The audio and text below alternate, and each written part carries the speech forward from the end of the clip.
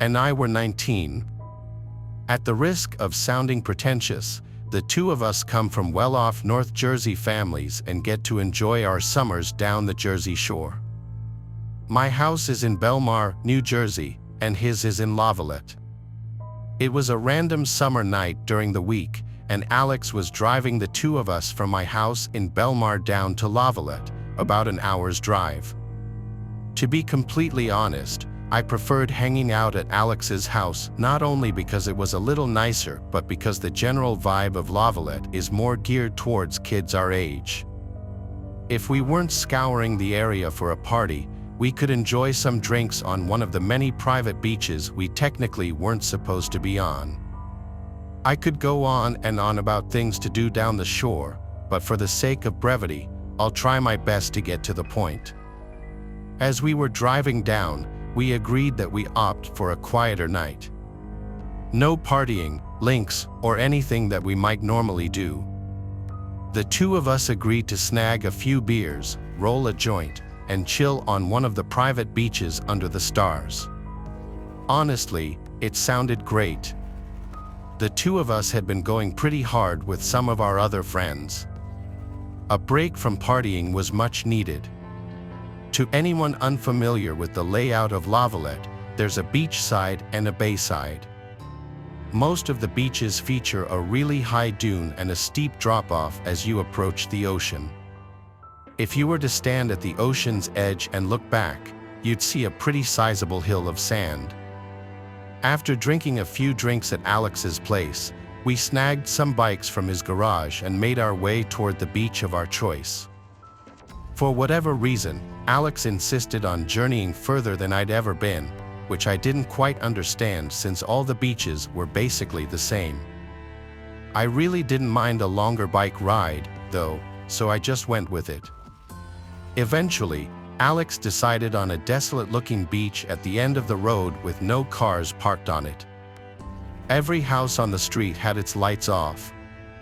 I actually preferred this. This was back when weed was illegal in New Jersey, and we weren't too keen on getting caught. Plus, we did have some drinks with us despite the fact that we were only 19. We hid our bikes under some shrubs, then made our way toward the beach. The two of us lit our joint and smoked under the stars, the only sound being the light waves of the ocean and the accompanying wind. The beach stretched on endlessly in both directions, and the sand felt cool underneath our feet. The two of us got progressively drunker while we filled the air with laughter and conversation.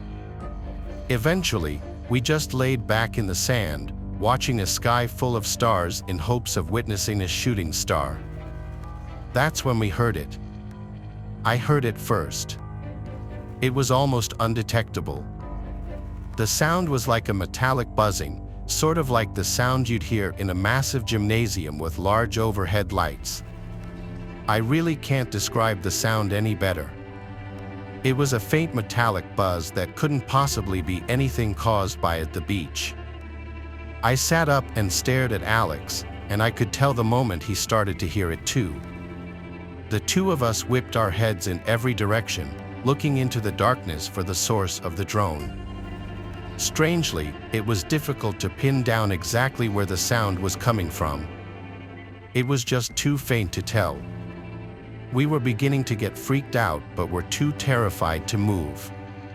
We assumed that whatever was making that noise would go away and we wouldn't have to worry about it. There was literally no way we could be seen from our spot on that beach. It was way too dark, and the sound of the ocean definitely drowned out any sounds we had been making. I know it doesn't exactly sound scary, but I'd be lying if I said my heart wasn't pounding out of my chest. The drone continued on, and after another few minutes, Alex gestured for me to follow him. I nodded my head in agreement. Leaving was definitely the best option.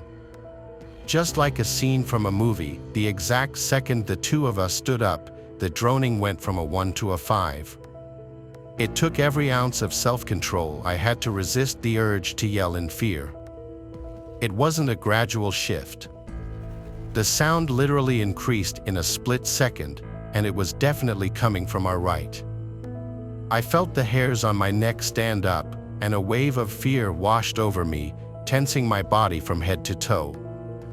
We stared into the darkness and still didn't see anything, but now the drone sounded so close to us that we instinctively started running toward the sand dune.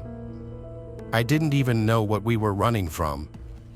All I knew was that something was seriously wrong and there was someone or something after us. As we were about halfway to the dune, I felt Alex place a firm hand on my shoulder, abruptly stopping me from continuing to run.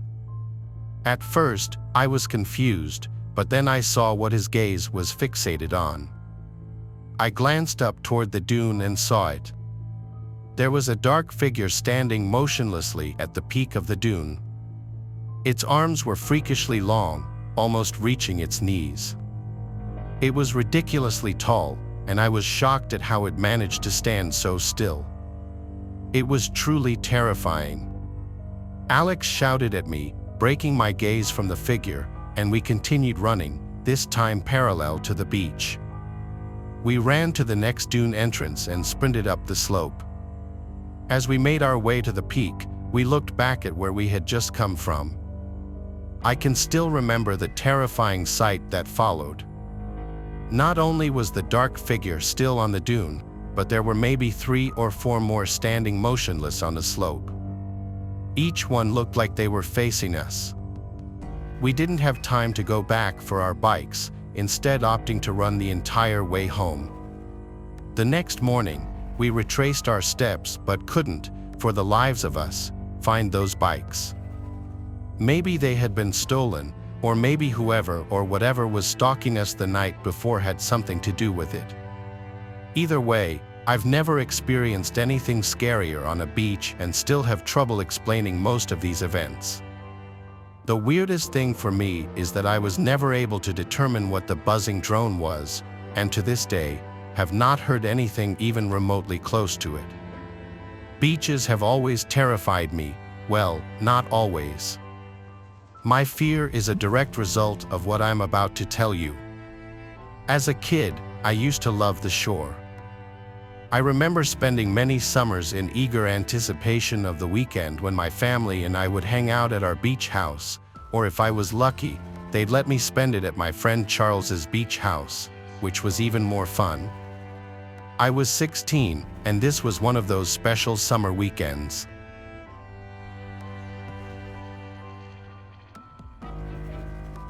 I'm a 21-year-old male, and this experience happened last summer while I was on vacation at Myrtle Beach with my family. We were staying in a resort right on the beach, on the 13th or 14th floor in a timeshare. One night, I was feeling restless and having a hard time falling asleep. At around 3 a.m., I decided to go out on the balcony to get some air. I stepped out and was stunned by the beauty of the full moon and the moonlight on the water. The beach was completely empty as far as I could see, and I had never seen it like that before. Since I couldn't sleep, I thought I might as well head down, take a stroll, and listen to some music to relax. Hopefully, when I returned, I'd be able to get some sleep. It was really unsafe and dumb of me, but since it was 3 a.m. and the rest of my family was asleep, I decided to head down without letting anyone know I was going. I thought I'd just go and chill there for 15 minutes and then come right back up. At the base of the timeshare, there was an area with a pool, an outdoor bar, and 2 boardwalks separated by about 100 feet, both leading to the beach. On the sides of the boardwalks, there were swaths of tall grass separating the ocean and the resort. When I got down to the base, the entire area was completely deserted, and I started walking down the boardwalk on the right towards the beach. As I walked down, I suddenly saw someone approaching me from the beach. This was strange because I had a pretty clear view of this same area from the balcony just before and had seen no one. I started to get a bit nervous as I saw this figure approach. As I got closer, I saw it was a man, maybe in his late 30s, who had a backpack on and was wearing glasses with large square lenses. As he got closer, I got a clearer look at him as the boardwalk was sort of illuminated by lights from the outdoor bar. He looked very on edge and alert, almost like he was trying to find someone. His clothes were somewhat tattered. We made eye contact. I nodded at him, and he passed by. I was creeped out because, honest to God, he had a sort of Jeffrey Dahmer look. Maybe it was the glasses, but he just didn't seem like he actually belonged to the timeshare. I shook it off, kept walking down to the beach, and put my headphones in. As I got down to the beach, I turned right and started walking parallel to the water, just taking in the scenery. I was barefoot and decided it would be nice to walk along the shoreline, so I moved closer to the water and continued walking. I was walking for no longer than a minute before I got a really strange feeling that something was wrong. I took off my headphones and turned around. I saw a dark figure trailing me, just upshore, situated between me and the timeshare. I immediately could tell from the figure's height, body type, and demeanor that it was the same man I had passed on the boardwalk. At this point, I started to panic as every horror story I've read rushed into my head. At the same time, I tried to rationalize it because it felt too surreal that I might actually be in a dangerous situation. I reminded myself it could just be a coincidence, and the man decided he also wanted to take a walk on the beach and just happened to be headed in the same direction as me. I took some breaths, turned my head back to the ocean, and continued walking in the same direction. After a couple of seconds, I turned my head back again and saw that now he was much closer to me. He was not walking parallel to me but was definitely walking towards me. I picked up my walking speed, turned my head back around, and saw he was matching my faster pace and still walking towards me. In the water, still, for some reason, I thought, okay, maybe he also wants to walk by the water.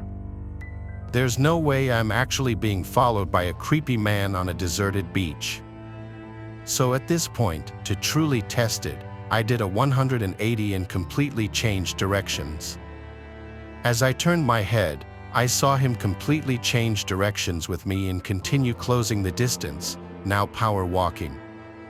It suddenly hit me that I was in a really bad situation. I took off running along the water, and he started running as well, but stayed upshore of me so that if I tried to run up towards the boardwalk, he would intercept me. I was freaking out and just kept running with no plan, figuring that since I'm 20 and sort of fit, I should probably be able to keep running along the water and outrun him. Then I could find some other exit off the beach and either call my family or head back to the timeshare on the road. I kept running, but he was keeping up with me. This went on for what felt like 10 to 15 minutes. The scariest part of all this, which I wouldn't have thought of, is that it was completely dead silent.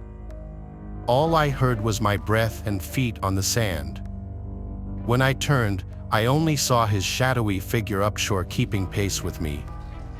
Suddenly, up ahead in the sand, I saw a small blue light and what looked like 4 people on the beach with a blanket. They were a bit upshore. I turned and looked at the figure and bet that even though they were upshore, I could beat him to these people. So I started sprinting towards them with hopes of quickly telling them what was going on so we could all confront him. I really used up my energy sprinting towards them, and as I approached, my heart dropped. What I saw were 4 guys on a blanket with 3 or 4 handles of hard liquor surrounding them. 3 of the handles were empty, and the 4th was about half empty. 3 of the guys were completely passed out on the blankets, and the last was half sat up, obviously beyond shit-faced, with a sort of party hat on that had blue lights on it. He was talking, looking to himself, his eyes were half closed, and he didn't even register me approaching even though now I was no more than 5 feet away. I turned and saw the figure had slowed down and was observing me. Then I saw he made sense of the group state and suddenly started sprinting at me. As he got closer, The half-passed out guy's blue light illuminated him, and I could clearly see it was the same guy as before. I made eye contact with him. He was eyed and looked almost manic, barreling at me at full sprint. At this point, I decided I had to do something decisive. I had underestimated his fitness, and since I had just sprinted towards this group and exhausted myself, I was afraid that he might actually be able to catch up to me if we just continued running along the beach indefinitely. Who knows what would happen then? So instead of turning around and running, I suddenly sprinted towards him and to the right, which I don't think he was expecting at all.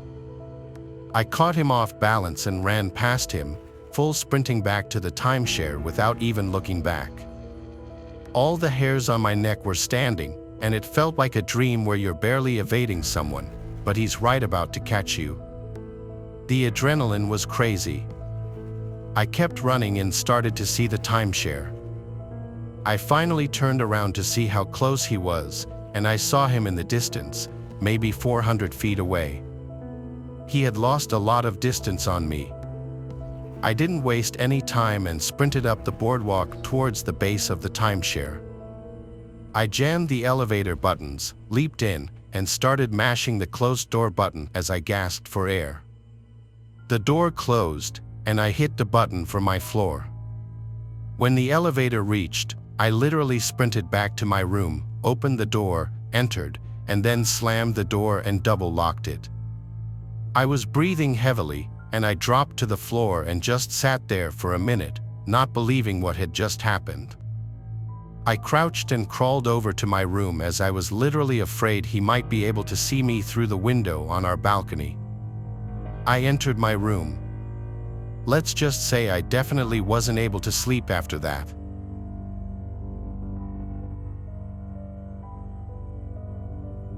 Until I was about 25, I lived in a beach town. My specific neighborhood was about a 20-minute walk from the beach. I'd say about 80% of my personality was beach-related. I've been surfing longer than I've been able to speak, and it would be an anomaly for me to shake out a pair of shoes and not have some amount of sand fall out. My two best friends, let's call them Tom and David, were extroverted, outgoing, and charismatic. We were all 18 and very much obsessed with girls. It was a Saturday night in late May, just a few weeks before school let out.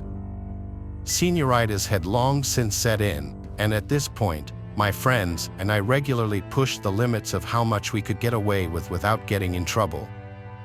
We already had our college acceptances, so we didn't really care much about high school anymore. Tom and I had plans to meet up with two girls from our high school that we'd been getting along with really well. The plan was to pick the two of them up in the evening and enjoy a cool, breezy night on the beach. We had blankets and a few bottles of wine, the perfect combination for stargazing on the beach. I don't condone drinking and driving in any capacity, but I was just a stupid kid. I arrived at Lisa's house just after 9 o'clock. Her and Victoria sort of danced to the car. It was clear that they had a little something to drink beforehand. Tom night. I took a scenic route to a scenic beach. It was about a 30-minute drive. The whole time, the four of us were having a great time in the car, cracking jokes and talking about some mutual friends. At one point, Victoria and I were having a very deep philosophical conversation about the nature of time and death and such. We were all very much enjoying each other's company. The specific beach I had chosen had a dirt path that you could drive a car up. From there was a more narrow sand path that we would walk. The path was actually pretty steep, but I had picked it because we were less likely to encounter any other people at such a secluded spot. Furthermore, this beach was further away from the main boardwalk, so the sky would be clearer for stargazing. I thought of everything. I parked my car as far up the dirt road as possible, and the four of us hopped out. Tom and I carried the blankets and wine. I'll fast forward through the boring stuff. After a few hours and an empty bottle, Tom and I found ourselves separating. He and Victoria walked up the beach, and Lisa and I walked in the opposite direction. After being separated by a decent amount of distance and darkness, I threw my blanket down, and we drunkenly fell asleep on top of it. Before anything happened, Lisa tensed up. At first, I thought it was something that I had done, but then she whispered something. "Do you hear that?" I focused my attention and strained my ears, trying to hear something other than the gentle crashing of ocean waves. I assumed she was just drunk, but then to my surprise, I did hear something. It sounded almost like a whirring, like the sound a small engine would make. The sound seemed to be moving around. I couldn't pin down where it was even coming from, then it seemed to fade away into nothingness. "It's nothing," I assured her, eager to resume what we had been doing, and that's what we did. Soon after, I fished my shirt from the sand and shook it out before throwing it over my head. Just then, Lisa, who was still lying on the blanket, shrieked. I whipped around to look at her and saw she was pointing up at something. I looked up but couldn't see anything besides the blackness of the sky. I sat down next to her to get a better angle, and I was horrified. From her point of view, the moon was perfectly aligned with what appeared to be a drone floating directly overhead. It hovered a little while longer before zipping up into the dark sky and disappearing out of sight. It all made sense. That noise that we had heard before was 100% the drone. I got angry at myself for not realizing at the time. I then got sick at the thought of being watched that entire time. I glanced over at Lisa and could tell she had the same exact feeling. She put her head in her hands and started crying. I consoled her as best I could before suggesting we walk back to the car. The two of us made it to the car to find Tom and Victoria already there. I quickly explained the situation. The two of them were dumbfounded, and I could feel the joy in the air literally being sucked out. I began driving in silence in the direction of Lisa's house, eventually trying to lighten the mood with some conversation. It didn't work, though. The girls agreed that they didn't feel safe going home just yet. It was a Saturday night, so I didn't mind staying out late. I asked if we could hang out at either of their houses. They both shook their heads, saying their parents wouldn't allow it. My house was off the table for the same reason, as was Tom's. I decided to ask Tom to call up David, which he did. David's house was massive, and his parents were super chill. It was honestly the perfect spot. To our delight, David was free. I pulled into David's driveway and parked the car. Tom and the two girls began making their way towards David's front door, and I told them I'd catch up to them in a second. I needed a second to think about everything that had just happened. I was more shaken up than I was letting on, so I leaned my forehead against the steering wheel and closed my eyes in an attempt to calm down a bit. Honestly, those few seconds with my eyes closed really helped. Instinctively, I pulled out my phone, which I hadn't even touched since the incident. The screen lit up, and I stared at the single notification that sat on the display. I had to blink a few times to make sure I wasn't imagining it. My entire body froze as I stared in horror at the lone notification, AirTag found moving with you. Every emotion that I had just expelled from my body came crashing back. We were literally being tracked. I snapped out of my paralysis and jumped out of the car, examining every inch of the vehicle. Nothing on the front bumper, nothing in the grille, and nothing on the back. I started getting desperate, checking the seats and flipping floor mats. Still nothing. By now, sweat was pouring down my neck, and I could feel the hairs on my arms and legs clamping up. I got on my hands and knees and began examining the underside of my car. I got to the tire on the driver's side and began feeling around the tire well, and there it was. It was literally taped to the underside of the well, impossible to find if you didn't know what you were looking for. I held the tag in my hand for a few seconds before throwing it to the ground and smashing it to pieces. Whoever had watched us on the beach with that drone knew where we were. I didn't feel safe in David's driveway all alone. I picked up one of the broken AirTag pieces and ran over to David's front door. I told everyone what I had discovered, showing them the AirTag pieces to prove it. They were even more horrified than I was, especially the girls. They checked their phones and saw the same notification. David was particularly pissed off because we had been potentially tracked back to his house. After the panic subsided, we spent the rest of the night in David's basement and ended up sleeping over. A couple of weeks passed, and nothing happened. Honestly, my friends and I were glad to forget about the whole thing, assuming it was entirely in the past. The only way we could rationalize it was that some creep wanted to watch some young adults hook up on the beach and track their car to scare them. It was chilling to think about, but we were relieved that the situation hadn't escalated.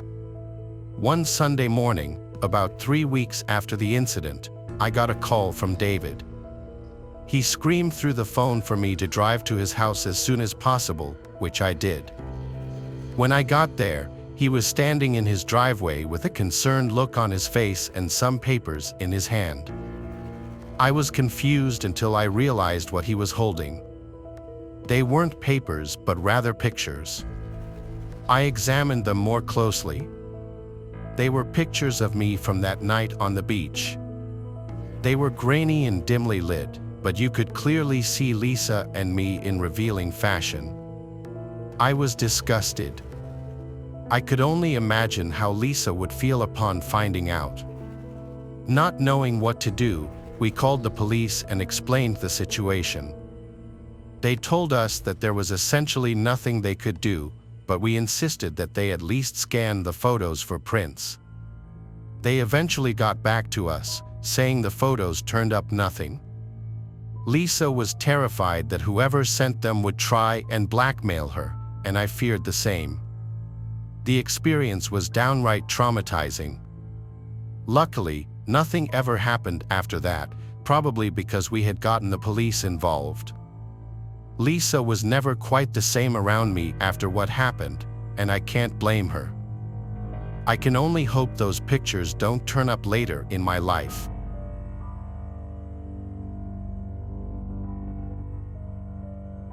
This all happened in July 2004. I was 12 at the time, and my parents brought me to Kona, Hawaii. Needless to say, it was an amazing time and just about the last place you'd expect something creepy to happen. That is, until the second to last night there. My parents and I were tossing around a ball in the ocean when I overthrew my dad, and a kid my age caught it. We invited him to join in, and after a while, my parents got tired and went back to the beach while he and I continued playing. A woman who appeared to be his mother was walking around taking pictures of us over and over, and when my mom tried to start a conversation with her, the woman completely ignored her.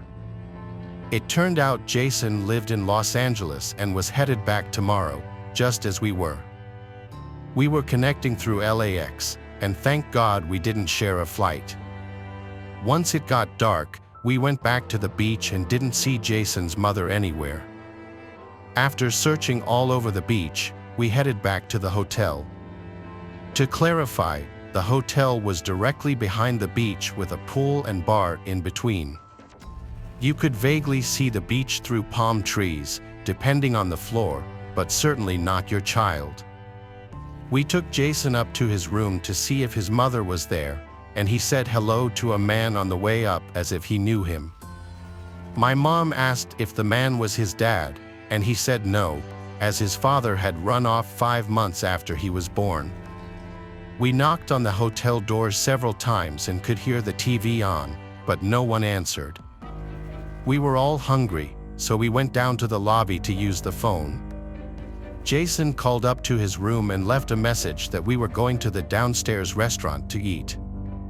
We had buffalo wings and soda and talked about SpongeBob, etc. He seemed like any other kid. It was a bit strange, though, when we were in the ocean and lost one of our floats. He went swimming after it way too far, and my dad called him to come back. Otherwise, who knows how far he'd have chased it and possibly drowned. Now, it had been at least 3 hours since we saw any sign of his mother until we headed back up to the lobby. She was there by the concierge, screaming at us that she had called the police. Knowing how crazy this was, my dad called them as well. They arrived rather quickly, and we told our story, all the while Jason's mother was shouting, "You're just trash," at us repeatedly. I don't recall Jason saying much of anything. Eventually, the situation died down, and we went back to our rooms, placing a desk in front of the door. Fortunately, we didn't run into them on the way back. When I was a kid, maybe 6 or 7 years old, this was in the mid-1990s. We took a family trip to the beach in Florida. We were staying in a beach house a short walking distance from the beach. One day, we went to the beach, and I was supposed to stay inside of my mom, but I wandered away, and before I knew it, I was lost. A lot of the houses looked the same, and I wasn't sure which one was ours. Plus, I couldn't see my mom anywhere. It started to rain. I came to a path that I was pretty sure led back to our house. Only it didn't lead to a house at all, but instead to a parking lot. There was a big, dirty van parked there. It was the only vehicle around.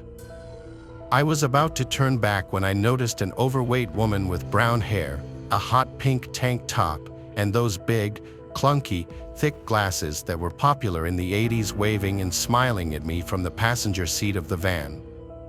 She said something like, "Oh my, it's raining. Where's your mommy? Let us take you to her. It's dangerous to be out here in the rain, you could get struck by lightning."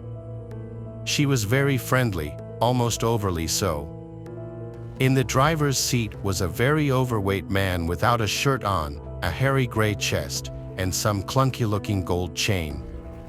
He was wearing yellow-tinted Elvis shades and staring at me intently. He was also smoking a cigarette, which I knew was bad. The woman stepped out of the van and kneeled down to me. She asked how old I was.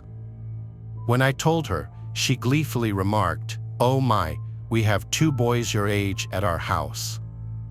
You should come over and spend the night. We've got movies, Nintendo, and in the morning we've got all types."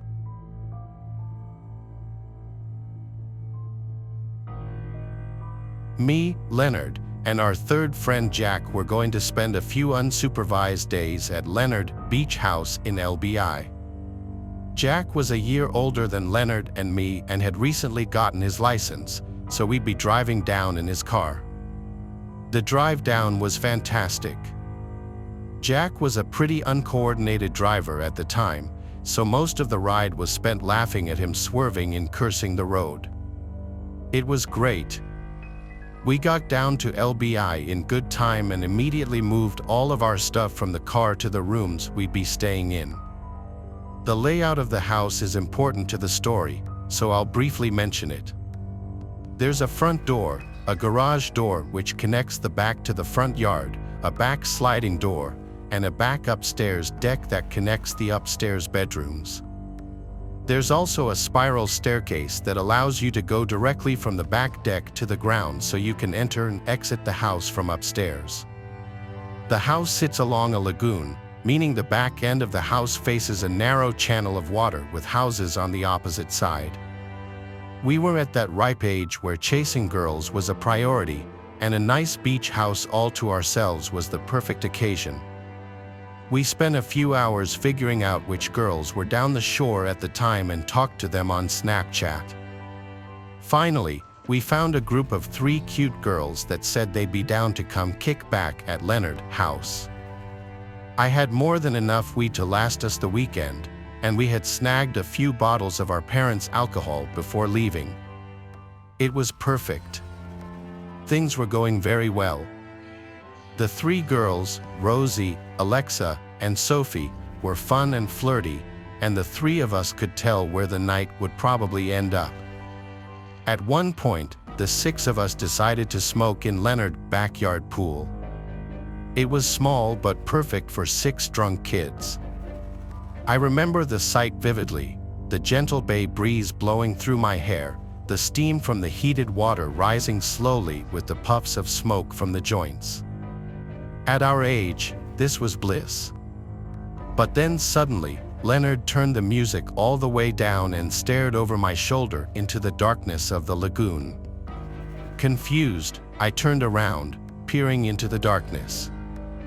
I could roughly make out the houses on the other side of the lagoon, but I wasn't quite sure what Leonard was looking at. One of the girls asked Leonard why he turned the music down, and he whispered that he saw someone standing on the dock opposite the house. I figured he was messing with us, so I started laughing. "Who cares, bro? People literally live here," I said. Leonard shook his head. "I know that family personally. My parents said they're in Florida for the week." In all honesty, I still thought it wasn't a big deal or he was just messing around, so I kept chuckling. The girls were a little freaked out, though, and said they wanted to go back inside. I wasn't going to argue, so the 6 of us started making our way out of the pool. As we were drying off in the yard, Jack jumped and cursed, looking towards the lagoon. The rest of us turned, and even though the light was dim, I could definitely see what looked like movement coming from the opposite dock. The 6 of us froze in place, trying to get a better glimpse of what we were looking at. Just then, a passing car on the road across from us lit up the scene ever so slightly, and the sight was horrifying. There were 4 tall silhouettes standing at the edge of the dock, facing us. It was impossible to tell what they were wearing or what they looked like, but there was no doubt they were facing our direction. "Go inside now," said Leonard with a shaky voice, motioning us toward the sliding door. As we rushed inside, I heard a distinct sound that remains the most terrifying noise I'd ever heard, for consecutive splashes rang out from behind us. Those guys were swimming across the lagoon. We were in full-on panic mode at that point. The girls screamed while Jack slammed the sliding door shut and locked it. Leonard quickly ran to the front to lock that door too, and the 6 of us ran to a room that wasn't visible from the outside. We waited in silence, horrified at what we might hear next. A few minutes passed, still nothing. Out of nowhere, Jack cursed, revealing to us that he had forgotten to lock the sliding door on the deck. Leonard started to panic, knowing that this house was about to be broken into. Just then, we heard soft, quieted footsteps above us, and that was the last straw. None of us had any weapons on hand, and we were all intoxicated, so running was really our only option. The 6 of us sprinted for the front door and bolted to the car, which Jack started up in a flash. The chaos of it all was too much for Jack to handle, and he destroyed Leonard's mailbox on the way out of the driveway. Once we were far enough away, we called the police. The ordeal was a nightmare. We went back to the house once the police had searched it, but the news was shattering. All the valuables on the top floor were missing, but that wasn't the worst part. Leonard's family owned a medium-sized Boston whaler boat, which was also stolen, most likely as the getaway vehicle. Leonard's father tended to keep a spare set of keys inside a small hatch below the steering wheel, which the police concluded was how the culprits got away so quickly. How they knew where the key was hidden is something I still wonder. The police were never able to arrest the perpetrators and likely never will. Leonard, Jack, and I think whoever robbed the house might have been someone who knew Leonard's family. They knew where the key was and that the house was supposed to be vacant that weekend as well. It's been a long time since this chilling event took place, but I haven't let one day pass without locking every door and window in my home. Do yourself a favor and lock your doors at night.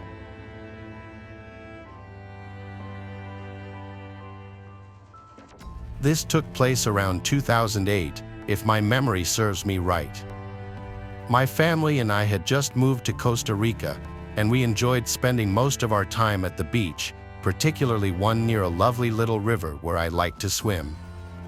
It was on this same beach that 9-year-old me found a dead body floating in the ocean. To give a little context, I had been playing on the beach, which we thought was relatively safe, so my parents were farther up. How wrong we were about it being safe. I remember seeing something floating in the water, but I wasn't sure what it was. I went to investigate and found a dead man just floating there.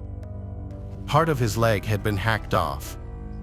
It was obvious he had not drowned. The man had clearly been murdered. Around this time, we had heard about a recent string of murders that had happened both on the Caribbean side of Costa Rica, where we were, and on the Pacific side. The murders had been happening every 6 months, rotating between both regions of the country, so there was reason to assume this murder had been done by the same person since it seemed to fit the timeline. As far as I can remember, the details of the murder were never disclosed in any of the local newspapers, only that the man had been a tourist from England. So there was no way for anyone who had not seen the man on the beach to know the specifics of his murder. Eventually, the whole thing blew over, and we returned to that same beach. I can't quite remember the time frame, but it was definitely within a few months of me finding the dead man that this next part happened.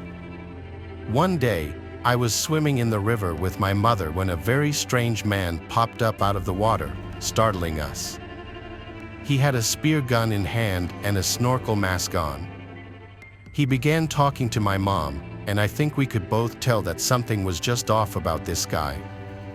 I wasn't really paying attention for most of their conversation, but I do remember him bringing up the recent murder on the beach.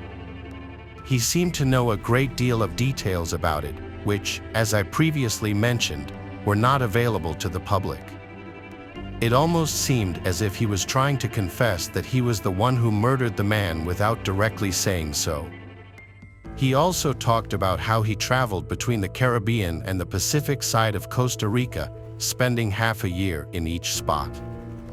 Eventually, they also got on the topic of what he did for a living. He went into great detail about how he made the masks for the movie Eyes Wide Shut and that he would make those masks, and presumably others, based on real live human emotions. He specifically liked capturing the look of fear. We were totally taken aback by this guy and didn't really know what to do. Eventually, he just got back into the river and swam away, and thankfully we never saw him again. I do not know if this is related or not, but the weird string of murders suddenly stopped after that. Thanks for watching the video. Subscribe to the channel and turn on notifications to watch the latest videos.